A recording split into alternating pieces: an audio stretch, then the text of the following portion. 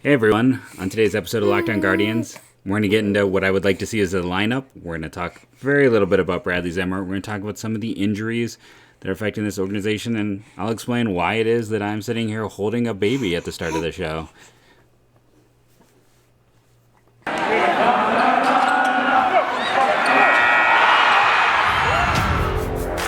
You are Locked On Guardians, your daily podcast on the Cleveland Guardians, part of the Locked On Podcast Network, your team every day.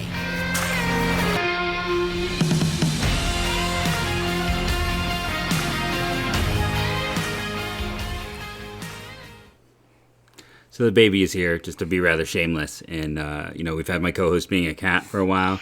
Adding a happy baby is another reason to go check out the YouTube and see exactly what Locked On Guardians looks like. Throw a subscribe, like, comment, all those things help the show grow. He's excited to be, this is Nathaniel, my son, almost 7 months old.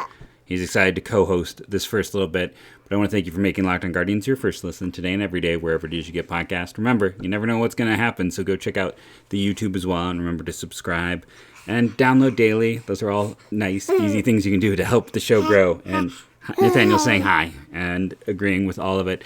So let's start with the Zimmer situation, and then after that, Nathaniel's going to go away. So Bradley Zimmer.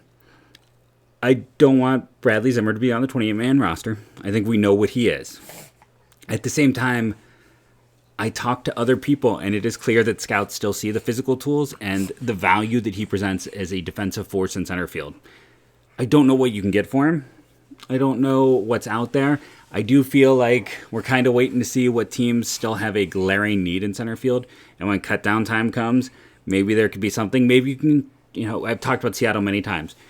Can you get the comp B pick at the end of the second round for him? Potentially, maybe. Something like that, where you can trade an asset, clear a 40-man spot, and improve your team. You think so? I know. I apologize if the baby is more annoying than fun. But it's a way to correctly manage an asset that still has value. I do not think he presents well for the Cleveland Guardians. I think he's had a miserable spring, and with Myles Straw, you don't need another potentially elite defensive center fielder. So when I come out and defend Bradley Zimmer, it's more that I know he has value to the rest of the league. His value to the Guardians is limited, and yeah, that's it. That's just the point. Zimmer is what he is. He is more than likely a backup, but elite physical tools and potential plus defense in center field still brings value, and I would like to see him traded and not cut. And I'm hoping they're just waiting till the end of camp to figure out exactly what is the best thing they can get for him. We talked about it on Friday's show. Philly, Florida, Seattle, these are places that seem to have a hole there. If there's another team where someone gets hurt, they could be waiting on that. But starting Zimmer as a stopgap, like they did with Jake Bauers a year ago, is something I really would not like. And I'm not defending Zimmer because some perceived that I think he's going to help this team. I'm just saying that when I talk to people connected to other organizations, when I talk to other writers, Zimmer still presents value to others outside of Cleveland. And I apologize for that as I clicked the wrong button very quickly in the studio. Okay, and now I'm back and babyless. No more happy baby sounds. If that annoyed you, I again apologize. So let's talk some roster. Let's talk some lineup. In an ideal world, what is my Guardians lineup to start the year? This generated a lot of chatter on Twitter. Maybe my most successful tweet so far of 2021. But what it comes down to is I want my best hitters hitting at the top of the lineup. And in terms of best hitters for the Cleveland Guardians, I have 5 hitters that I feel pretty comfortably suggesting will be league average, slightly below league average, or better. Only 5. So Myles Straw at center field, he's not going to do what he did in the second half of last year. That was a little unprecedented for him. He's going to be an excellent defender, but I expect his offensive production will regress. But as of now, with his speed and skill set, I have him. This is a general. This is not like platoons or anything else. I put Straw in center field batting 1. 2, Ahmed Rosario. I want him out of short. I listed left field. Maybe he's a DH. Maybe he is, it's either, okay, so let's put it this way. He's probably more your DH and hitting second. And he had a 99 runs created plus a year ago. You probably want to platoon him long term. We've talked about that. I mean, he really has some strong splits. but at least he was close to league average. He brings some speed, and you put him there. Technically, J-Ram should hit 2, and originally I had him 2, but then I was just like looking at the rest of this lineup, and my old school and my new school could not come to an agreement on a lineup where I had Rosario or Kwan hitting 4. I couldn't do it. But if you want to say that Rosario's a DH, that's fine. He was a bad defender at short a year ago. He was a bad defender at short through his major league career. Third base, J-Ram third. You want to get your best hitter there. Again, I could see going Straw, J-Ram, and then 3 being Franmil, because Franmil was your second best hitter pretty, by a wide mile, and projects by a pretty large amount to be your number 2 hitter on this team. And if he's playing left field and not DHing, that's fine. In the 5 spot, this Quazed. I guess I'm getting into the future already. This caused a few people to go, what? I put Steve Kwan there, and I put him in right field. He's played all 3 outfield spots in the minors. He may not have an ideal arm for right field, but projection systems are very positive on him. He's done enough little things here at camp. He is kind of a trendy, under-the-radar Rookie of the Year candidate. Like, if you're someone who does betting odds with our friends Bet Online, like, he might be a nice down the especially if he makes the roster. Like, I might go put a few shekels myself if he makes the roster, just because all projection systems like him quite a bit. And he's the last player I really feel comfortably saying, yeah, he's going to be an above league average or at least league average hitter if given a full opportunity. Hitting 6th, I have the conglomeration of first base. Bobby Bradley, Josh Naylor when healthy, Yu Chen Chang. If you want to do a Chang, Bobby Bradley platoon, I'm good with that. However you want to work, I'm feeling that grouping there at 6th is probably still likely to produce more than the next 3 hitters. Though again, we could enter a situation, which would be nice, where maybe my number 9 does surprise and I have to shift things around. Gabriel Arias at 7 at shortstop. He is going from Rosario to Arias at shortstop is going to give you like 2 to 3 wins just in terms of defensive change and defensive value. He's going to fall into double-digit home runs. It's not going to be pretty in terms of batting average. And yeah, the walk rate creeped up last year. There are people who think it's a grooved swing and it's not going to work in the big leagues, and we'll have to see. But just Jose Iglesias, for instance, didn't have his power, but Iglesias has been like a 80, 90. I think he had 1 year, maybe 2 years over 100 in terms of runs created plus. He's been 1 to 2 derivations below league average and has been a starter for 11 straight years at shortstop. Now, he's a guy who's also played for like 7 different teams and has always kind of moved around because teams are always looking to upgrade that position. But all the same reasons, like I talked about Bradley Zimmer in the early going, the defensive profile, the power, not so much the speed, that's not necessarily his, but the power and the plus defense at a prime position for that. I think there's value, and that's why I'd rather run him out there. You've already gone through an option year. For me personally, I'd rather have him there. And why him at 7? Because of kind of this next grouping. I had to figure out kind of the last 3. He's not a speed demon. Like, he's a great defender. He's quick, but I still kind of go with the idea of like 8th spot isn't your worst place to put your worst hitter, and then your 9th spot, I'd like to get a little bit of speed there. So when I'm looking at these, I didn't think he's the worst hitter. He's not the fastest. 7. And again, if I'm really getting the weeds, I do versus right hands versus left hands with the left-handers. But this is just kind of on a very basic level what I would like to see. Final 2 spots, Austin Hedges at 8. Like, he is your worst hitter. Austin Hedges' profile could also be, Gabriel Arias walks a little more than Hedges did, but there's some similarities in those profiles as well as there is in that Bradley Zimmer profile. It is interesting how they have a collection of guys kind of with that relative profile. And elite defense, a lot to be said just in terms of apparently low on base, big power, good defense. Like, those are guys who might have, I don't know, low batting average always held you back. I'm not saying necessarily Bradley Zimmer would have had more opportunities in the 90s. People say he's already had too many opportunities now, but you do wonder, with the importance of on-base percentage, how much that kind of can affect these players. And then at 9, Andres Jimenez. at second base. He's looked really good there. You have more years of control. He's got some good athletic tools. He had a year where he was a starter. It was that COVID season, and he had above average league production. You were kind of counting on that, and he regressed. If he could get back to what he did in 2020, honestly, he should hit 2. J-Ram 3, Franmil 4, Rosario 5, Kwan 6. Your first base, Poo-Poo Platter at 7. I guess you'd then go Hedges 8, Arias 9, even though, again, he's not the fastest person. There's not a whole lot of speed outside of those top few guys in this lineup anyways.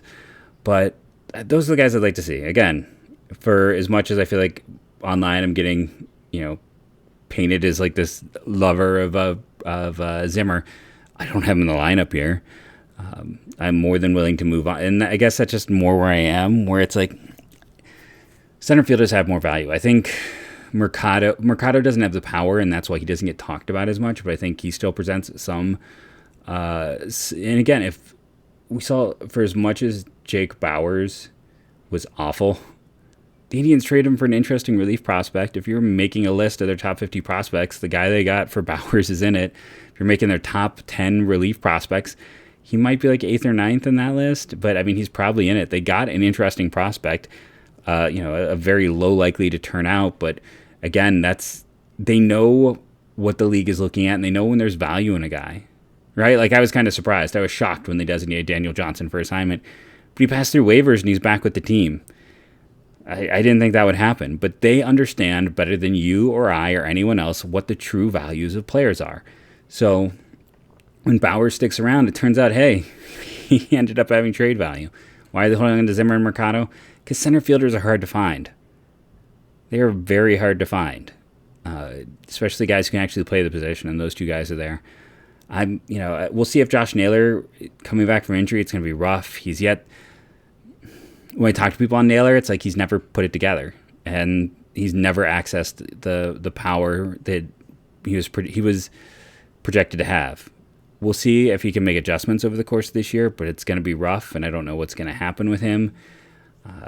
Bobby Bradley, he's going to get his opportunities, but I think it's a very, very short leash for him this year, and he's got to show it. Or when you got Naylor, who they need to figure out time for, when you have Nolan Jones, you got to figure out where he's going to play, and it could be first base, and some other players that they're coming up through the system.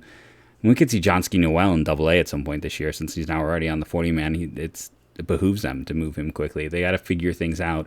So you either need to perform or know that the bell is going to toll for you. We're going to take a break here, talk about some great sponsors, come back and talk about injuries and exactly what the Guardians' payroll looks like right now, where they rank, and looking at some real numbers and not the false ones getting passed along. Hint, it's still not good.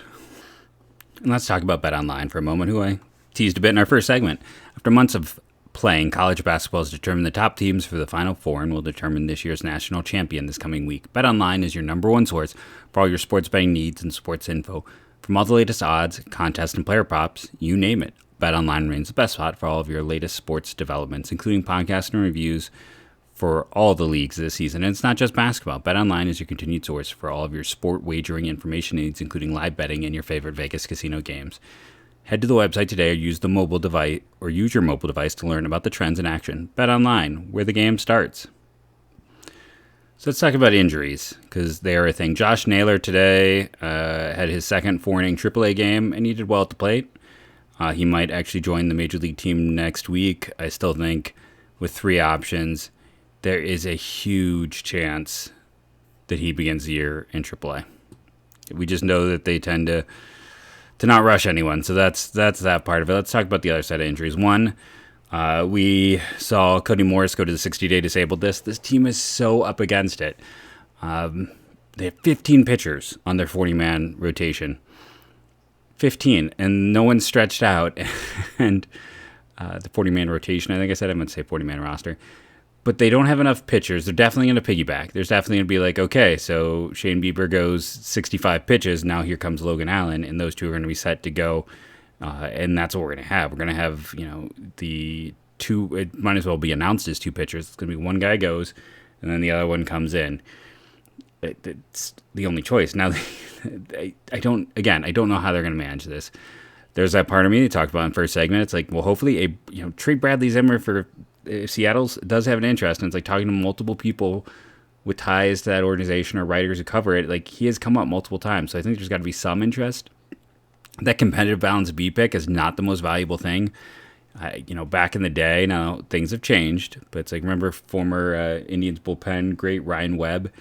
Like, the Orioles traded him and their pick to save like $3 million to the Dodgers. Like, they sold it for essentially the equivalent of $3 million. I remember the Marlins trading a first-round pick for Brian Morris, who wasn't even that good of a reliever, just he threw hard.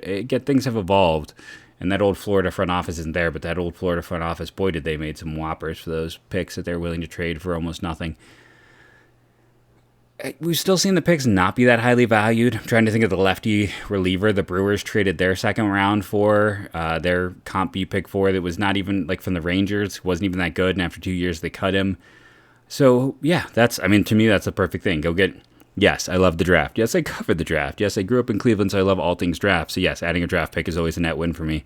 But that seems perfect. I would love to see something like that happen. If not, faraway lotto ticket. Go do what it is that the Rays have done for years and get a lotto ticket. If it doesn't work out, hey, it doesn't work out. But the more chances you have, the better the opportunity that something's going to work. And he seems to have perceived trade value. I'm fine for doing that with him, with Mercado. Obviously, you probably want to keep one as a backup. And I think Zimmer has more perceived value, so maybe you get that done. But getting back to it, it's like, okay, so now you've got Morris and Vargas off the 40-man, and you brought in Shaw, and when you moved Vargas, it was for Maile, and moving Morris gave you Shaw. So they're at a point where, they just don't have enough arms. Like, Anel de Los Santos has had a pretty good camp. He could potentially be an option for that bullpen, but they need to clear a spot, and it's just coming down to where do you clear a spot. The other problem is, of course, with Luke Maile, do you put him on the 60-day? If it's going to be 3 to 4 weeks, like, do you just put him on the 60-day and bring up Leon and know that, hey, we can cut Leon when it's time? I don't think there's going to be a lot of big cuts in camps that's going to open up catching for teams. We talked about, when they signed Maile, he was, without a doubt, the top catcher on the market to me. It was very picked over. It was an ugly situation. There was not a lot of great choices. So they went out and added a solid backup. Now there's not much. So I think, they know Leon. He knows the team. They're comfortable with him. He's going to be an automatic out. He's going to be even worse than Hedges in terms of offensive production. You're really limiting him as much as you can, but if you're going to have to add him to the 40-man, so again, is it 60-day DL for Maile? Do they cut an infielder? What do you do? And they need to add pitching, so they need to start clearing spots. And again, I don't know what they're going to do, if they're going to do anything. Word out of Chicago, so the Cubs are still willing, and looking at trading Contreras, and they know it won't be a huge return. Well, okay, go get that deal done, right? Go figure out a way to go get Contreras to Cleveland at this point in time. And you know what? If you need, you can't really trade an injured player, can you, with Maile? It's like, if it comes down to a little bit on the money, it's like, well, send them Maile their way. But they need to go out and do something at this point in time to help clear up some space. James Karinchak, it's a Teres Major injury, which is what Cody Morris just went to the 60-day DL for. It's what Mike Clevenger had an issue with. I'm trying to think, 3 or 4. This is a common Cleveland issue, is this injury to this part of the arm. It just keeps coming up. So we'll see when he's going to be ready. They said 7 to 10 days he gets reevaluated. It's likely going to be 7 to 10 days, and then after that is another 3 to 4 weeks. So he could end up a 60-day DL candidate at some point. I wasn't counting on him, and that's the bullpen. Let's put it this way. I've talked about all season, they needed to do more for the bullpen. This bullpen could actually be good if everyone could be healthy. If Karinchak could get to in between where he was when the sticky stuff went away and where he was when he was allowed to use sticky stuff, where he's like one of the best relievers in baseball. I'll take the in-between where he's a little bit above league average, and I think he can get there. Anthony Gose is just a rare lefty. Class A is one of the top relievers in baseball already. Sandlin, the guy just can't stay healthy. He's never been healthy since he was, overworked at SMU, right? Wasn't he a Southern Miss? Got hurt in 2019, missed half that year. 2020 was dealing with injuries, and all of his stuff was way down at the end of 2020 to the point that like a lot of places discussed him as a borderline non-prospect. And I mean, I bought into it because I hadn't had a chance to see him pitch since his draft year, since like 2018, essentially. Because 2019, he got shut down in June. It was a very early shutdown. And then, like I said, 2020 didn't pitch much, and he was great, and then he got hurt, and we haven't seen him all camp, have we? Did I miss it at some point? I mean, if those two guys are healthy, you've got options. And it really sets you up. You got Shaw then as more of like a sixth inning guy where you're like, okay, whatever. Still being paid too much, but at least he's in that role. And, I'm so curious to see like what Trevor Stephan can do. Like he showed some positive things at some point. And, Nick Miklojak, I'm probably butchering the name, should get up there this year and should be a back-end arm type. Like, he was electric a year ago. He was clearly the top reliever in system. He needs to be added to the 40-man at the end of the year. So he could see time this year, like they've done with other players, like a Nick Sandlin, for instance, who need to be added, and they called him up early because it's like, well, we got to add him anyways. So it could be a good pen, and that's why I think there may be, and you have to also figure out, like, okay, are we going to make Hedges a reliever this year? Or are we just going to go full on with him as a reliever? Who else do you try in that bullpen role?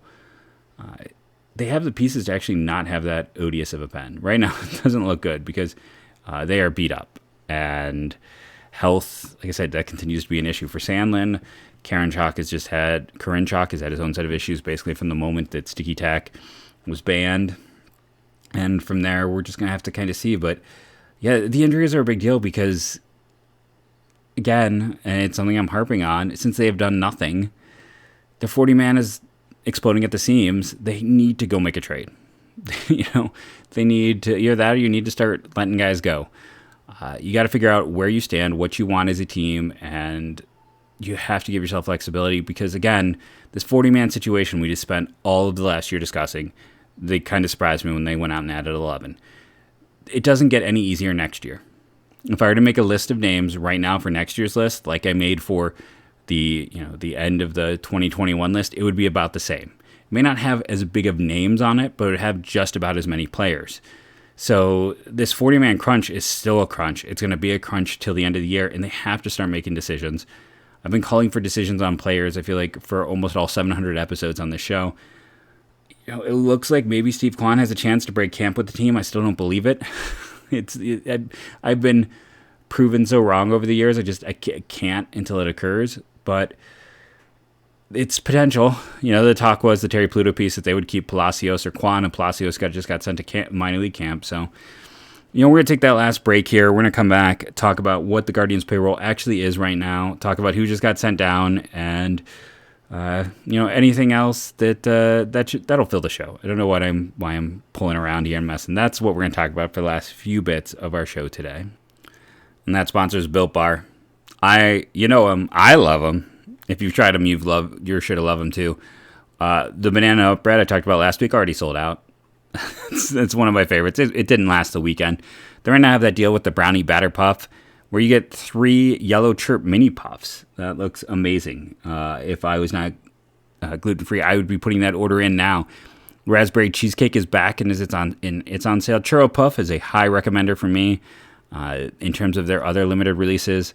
Caramel Almond Delight, I bought a box and enjoyed it. Ruby Chocolate, which is another puff one, is also there. There's always good things, always delicious things over at BuiltBar.com. I don't say that just as someone who reads ads. I say it as someone who buys from them on the reg. I have 2 boxes upstairs that I am using every day. That is my grab-and-go lunch, grab-and-go breakfast. It is perfect for that. My health food app gives it an A.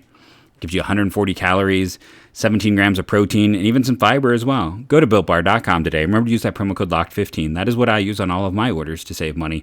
You'll build up your Built Bucks, and you will save money through Built Bucks and through our promo code LOCKED15. That is BuiltBar.com. Remember, the promo code's LOCKED15. Okay, so let's get into Payroll. So, Sport Track, theirs is not great. let's just get into it. I'm using Fangraphs. This is the best one I've found so far, and is the one that feels the most up-to-date and accurate, that has some of those arbitration numbers. Sport Track, I've heard through the years, shout out to the Mad Thinker. Haven't had a chance to talk with you in months, dude. I hope you're doing well.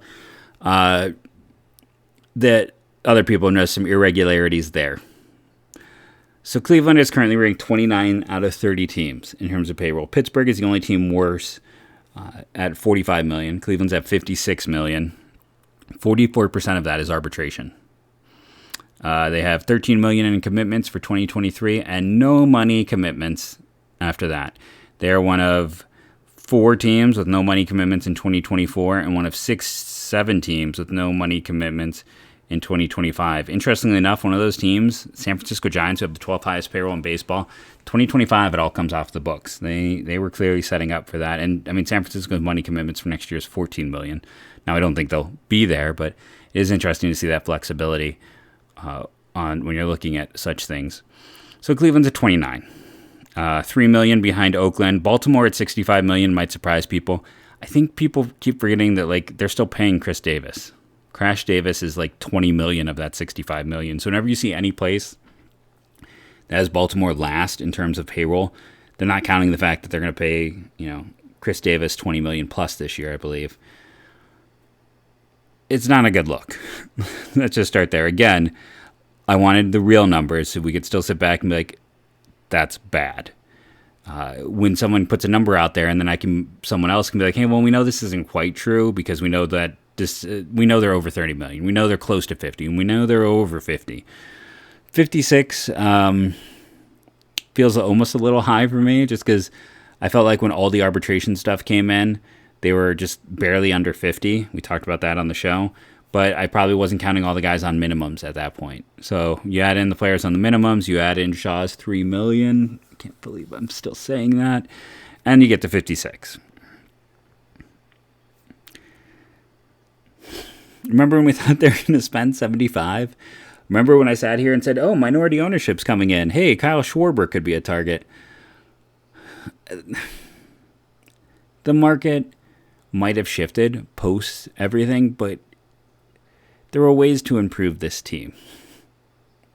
I talked about call San Diego. I mean, I'm not even a Will Myers fan, but Will Myers is an upgrade, and maybe you can get something bonus for taking Will Myers, right? Maybe you can get an interesting prospect. Maybe you do like what we see in the NFL and the NBA, where you get a quote-unquote bad contract, and you get something for doing that, and you also, in this case, upgrade your lineup.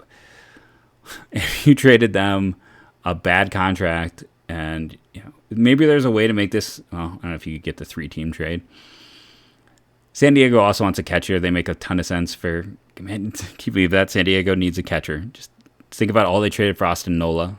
Think about all they traded for to get Mejia, and they still don't have a catcher. It just shows that you can never count on anyone at that position. It's as bad as pitching. But yeah, this is just the situation where it's at, where it's a bad look. And I know people got mad at me when I said to be patient, and I was wrong. I thought something was coming, and it hasn't happened. So that's on me. I thought for sure it would come. I was wrong. You got me. I was right when I said don't expect this to cross 100 million. And people were sending me those $50 million additions to this Guardians team that they could go out and add 3 to 4 free agents, which just wasn't their style. I understand if you're frustrated. It's hard not to be. Again, Avery, I know I love you, dude, and you're always a fount of positivity. But there are ways to improve this team if they had had a little bit more money to spend. And it does feel, again, like how much of this is they can't... If you are going to be the new minority ownership, if you're going to be Blitzer and possibly Harris as well, everything is so, secondary on this. We don't really have a good primary source on it. But if we assume that is going to occur and that the deal is still on, they want to have probably any shine on any signing. So could that have held up signings? Potentially. Being in kind of a limbo with ownership, definitely. could have held up a signing. I think they have to know. Everyone knows that the toxicity between ownership and fan base is extremely high and has been for years. And, I can go back to enjoy them while you can, which is an unnecessary statement. And then last year's statement about real fans buy luxury boxes or something along to that degree. It was bad. I understand fans' negative feeling right now, and you're totally okay to feel that. And you're totally okay to feel whatever you want, whenever. That's being a person.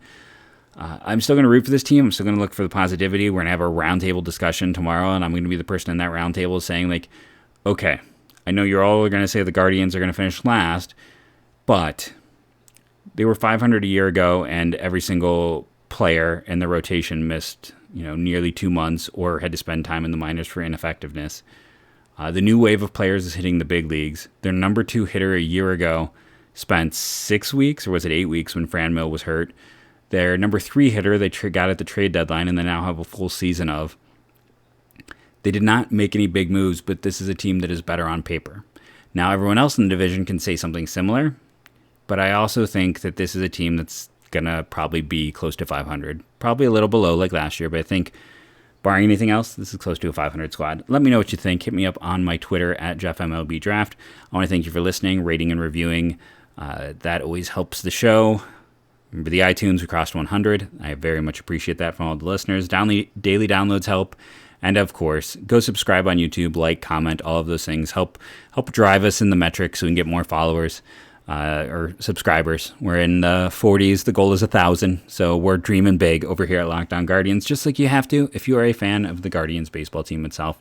I've been Jeff Ellis. This has been the Locked On Guardians podcast for today. I want to thank all listeners again, and as I end every show, go Guardians go.